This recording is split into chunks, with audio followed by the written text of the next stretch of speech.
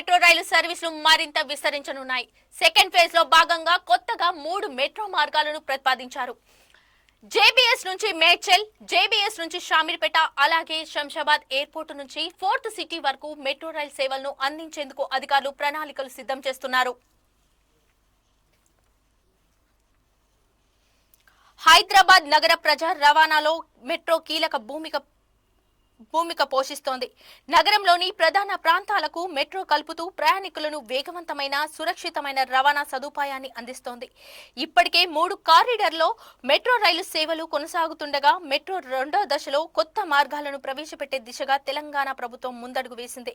ఇప్పటికే మెట్రో రెండో దశ మొదటి భాగంలో 5 కొత్త కారిడార్లను ప్రతిపాదించి వాటి డిపిఆర్లను కేంద్రానికి ఆమోదానికి పంపిన సంగతి తెలిసిందే. అయితే నగరవాసుల నుంచి వస్తున్న డిమాండ్ వరకు రెండో దశలో మరో 3 మెట్రో రైల్ మార్గాలను కూడా చేర్చారు.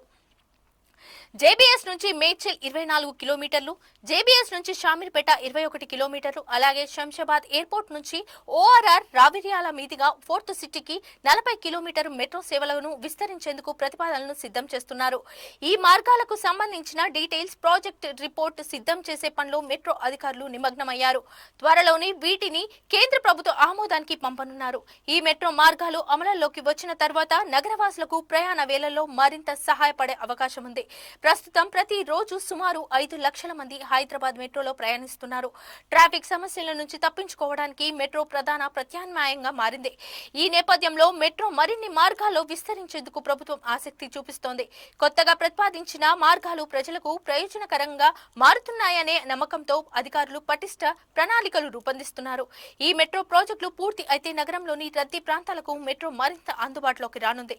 ముఖ్యంగా మేడ్చల్, శామీర్పేట్, ఫోర్త్ సిటీ వంటి ప్రాంతాలకు మెట్రో అందుబాటులోకి రావడం వల్ల నగర పర్యావరణానికి కూడా సహాయపడే అవకాశం ఉంది. మోటారు వాహనాల సంఖ్య తగ్గడంలో ట్రాఫిక్ సమస్యలు కూడా కొంత మేరకు తగ్గే అవకాశం ఉంది. మొత్తంగా హైదరాబాద్ మెట్రో రెండో దశలో ప్రతిపాదించిన ఈ మార్గాలు నగర రవాణా వ్యవస్థకు మరింత మెరుగుపరిచే దిశగా కీలకమైన ముందడుగా మారనున్నాయి.